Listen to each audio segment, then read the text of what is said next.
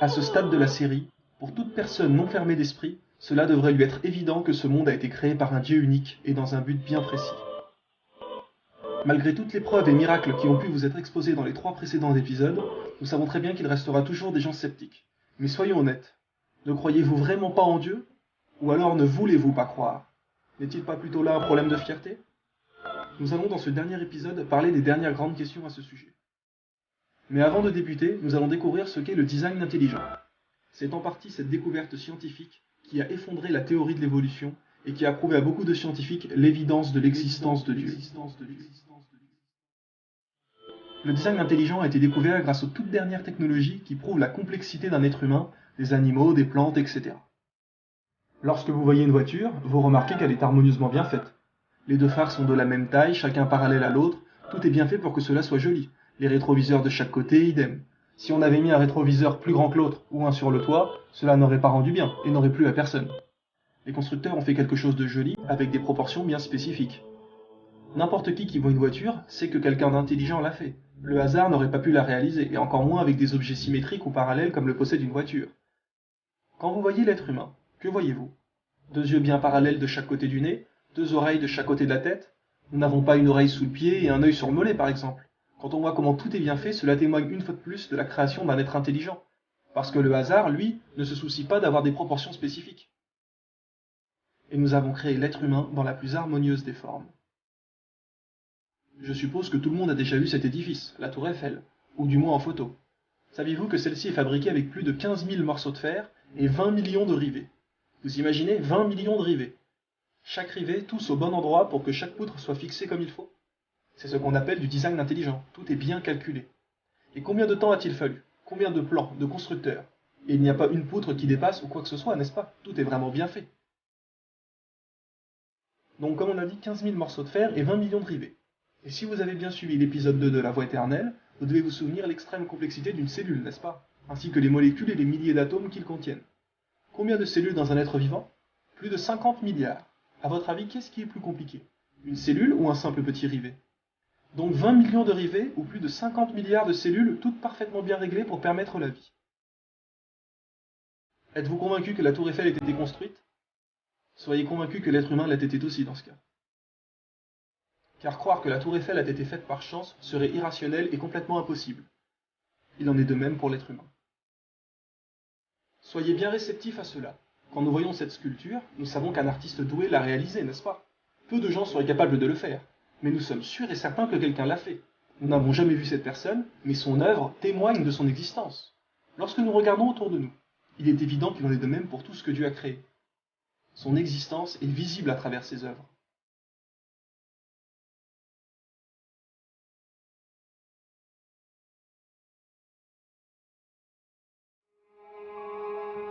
Il y a dans la création des cieux et de la terre, et dans la succession de la nuit et du jour, des signes pour ceux qui sont doués d'intelligence.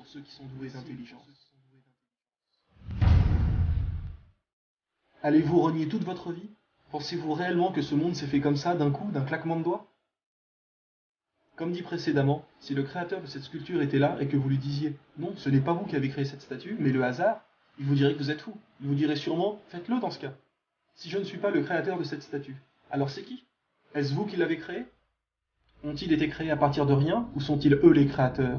Ou ont-ils créé les cieux et la terre, mais ils n'en ont plutôt aucune conviction? Suivez bien ce qui va suivre. Vous serez tous d'accord pour ne pas me croire si je vous dis que c'est le vent qui a fait voler du sable et réaliser ce cheval.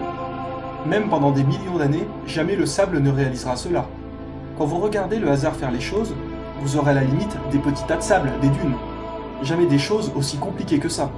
Alors maintenant, imaginez un vrai cheval. Soyons un minimum honnêtes. Comment voulez-vous qu'un vrai cheval se fasse tout seul, alors que seulement en sable, c'est impossible?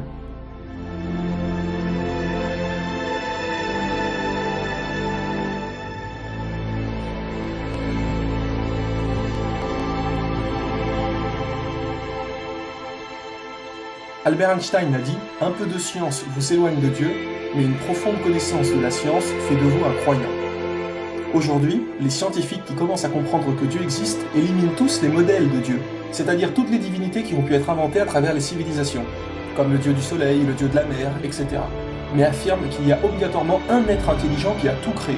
Il y a un Dieu. Que nous dit l'attestation de foi? Il n'y a de Dieu qu'Allah.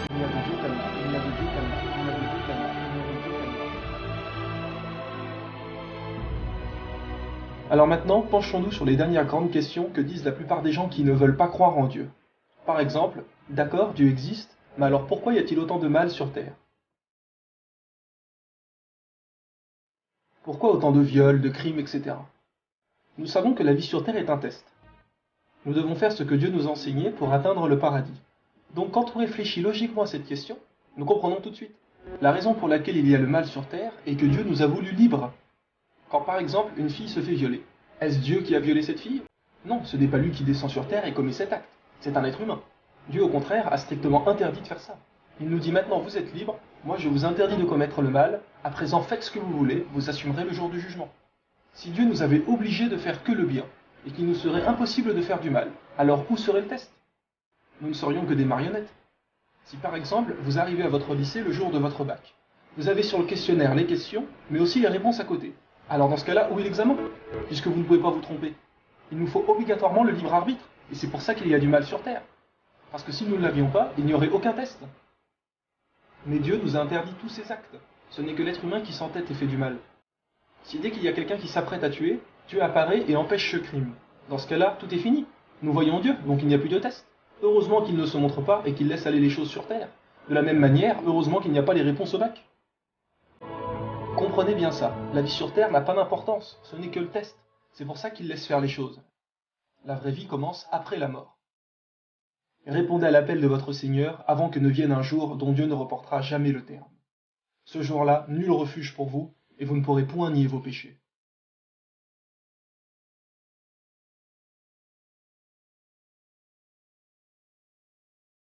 Une autre question que disent souvent les gens est « Qui a créé Dieu ?»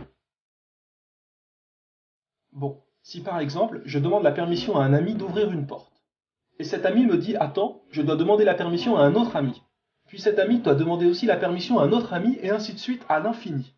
Dans ce cas, vais-je un jour ouvrir la porte? Non, jamais. Mais si je l'ouvre, forcément il y a un moment où la dernière personne ne demandera à personne d'autre. Sinon je n'ouvrirai jamais cette porte, si cela était infini. Étant donné que le monde existe, cela prouve forcément qu'il y a un premier créateur. S'il y avait un créateur du créateur, et un créateur du créateur du créateur, cela serait infini et donc impossible. Mais pour mieux expliquer, suivez bien ce qui va suivre. Nous vivons dans un référentiel d'espace-temps. Nous nous référons à cela. C'est pour cela que nous avons du mal à imaginer les choses différemment, car nous sommes habitués à ça. Dieu a créé l'espace ainsi que le temps. Mais lui n'est pas forcément compris dedans. Le temps ne l'affecte pas, lui. C'est quelque chose qu'il a créé. Quand nous disons qu'est-ce qu'il y a avant Dieu ou qui a créé Dieu, cette question n'a aucun sens. Cela aurait eu du sens si Dieu était compris dans le temps, mais le temps est quelque chose qui a un début, puisqu'il a été fabriqué. Or Dieu ne vit pas dans ce référentiel-là. Comme expliqué, il est difficile de l'imaginer étant donné que nous, sans arrêt, nous sommes compris dedans. Pour donner un exemple, si Dieu n'avait pas créé le son, si nous n'avions pas d'oreilles et que rien ne faisait du bruit, vous tapez sur le sol et cela ne produit aucun son, rien du tout. Auriez-vous pu imaginer que le bruit existe? Non.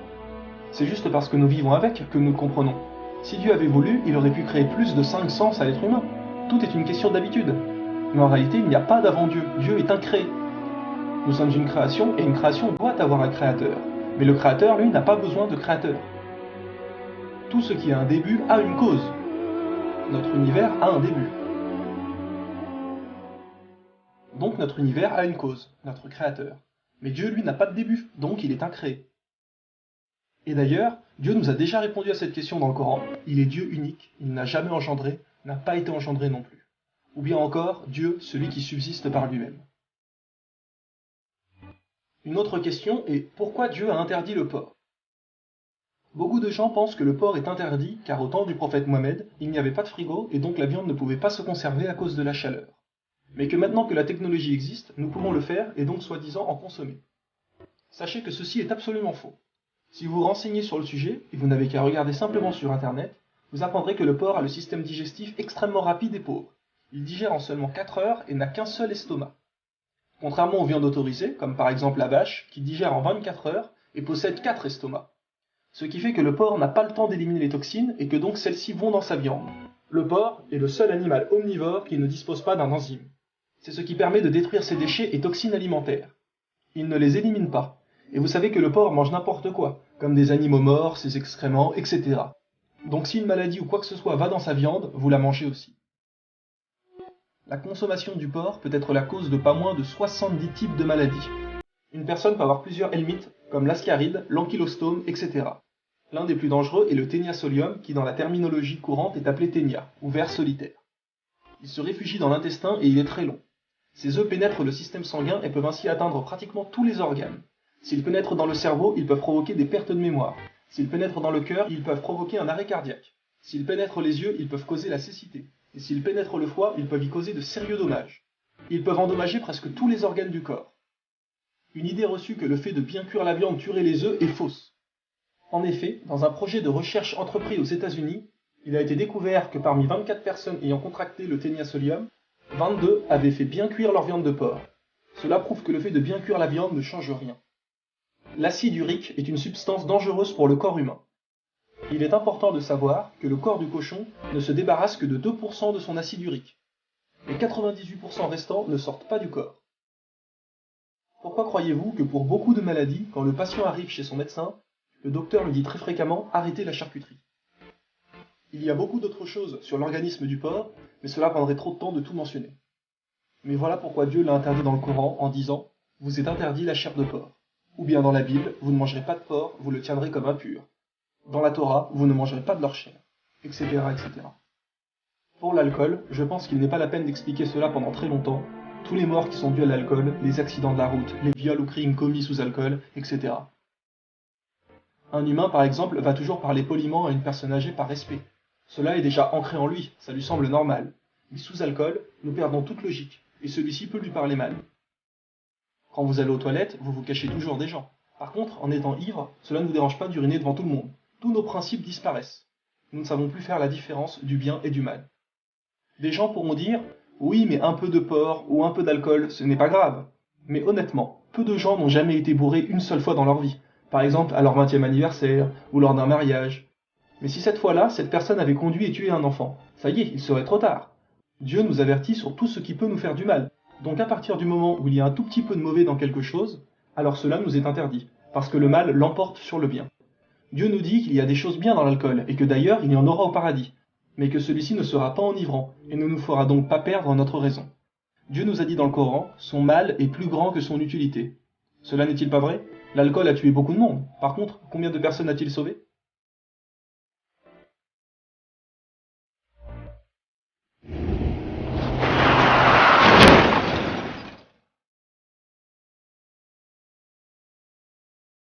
Son mal est plus grand que son utilité, alors il est préférable de s'en écarter.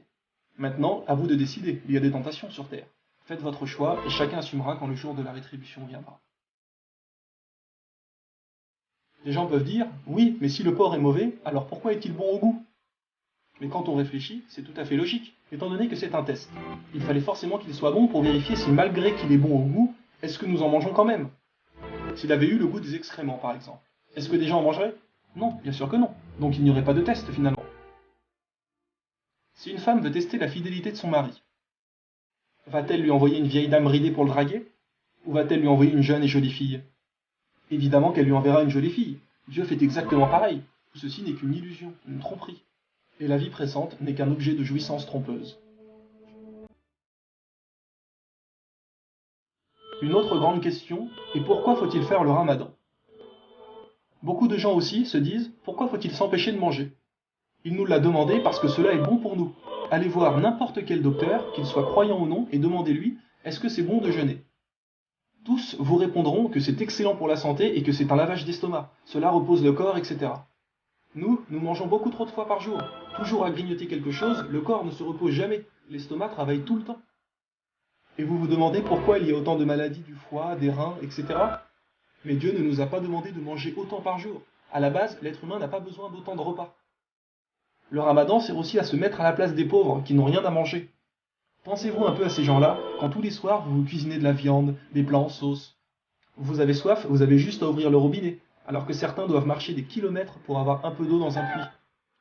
Quand vous mangez un bon plat, un dessert, tarte aux fruits, etc., il y a des enfants dans le monde qui seraient prêts à s'arracher un ongle pour avoir ces aliments. Le ramadan nous apprend aussi la patience, de ne pas toujours vouloir avoir tout ce qu'on veut tout de suite. Il nous fait aussi vraiment apprécier la nourriture qu'on mange, car après avoir attendu toute la journée, on apprécie ce qu'on a dans l'assiette et on ne laisse pas de reste. Car comme dit dans l'épisode 3, aujourd'hui les gens se fichent de tout, mangent dans leur voiture, etc. Le ramadan est fait pour purifier votre corps et votre esprit. Saviez-vous qu'il existe des hôpitaux qui soignent juste à partir de ça, en faisant jeûner les patients pour que le corps puisse se reposer et être dans de meilleures conditions pour se défendre des maladies.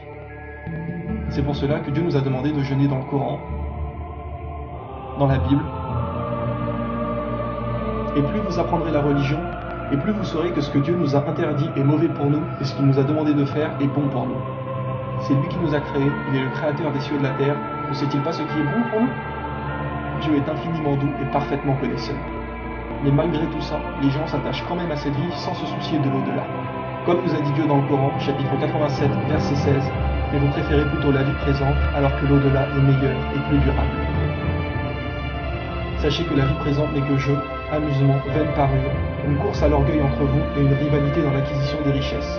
Et dans l'au-delà, il y a un dur châtiment pour les mécréants, et aussi un pardon et un agrément de la part de Dieu pour les croyants. Tout ce que nous faisons ici est éphémère, c'est toujours au passé. Je suis allé en vacances là-bas, j'ai fait ça il y a 2 ans, j'ai vu cette chose-là, etc. Tout est toujours provisoire et au passé. Tout ce qui vous a été donné est la jouissance éphémère de la vie d'ici-bas et sa parure. Alors que ce qui est auprès d'Allah est meilleur et plus durable. Ne comprenez-vous donc pas? Croyez-vous que les gens riches sont ceux qui sont aimés par Dieu? Oh que non, les riches sont tout autant testés que les pauvres, voire plus. Car quand on est riche, on a tendance à être fier et oublier Dieu. On se dit, c'est moi qui ai gagné cet argent, hein, on commence à prendre la grosse tête, etc. On peut se payer plein de choses comme on a les moyens. Et finalement, notre esprit est occupé à toutes ces pratiques inutiles et aux achats du matériel.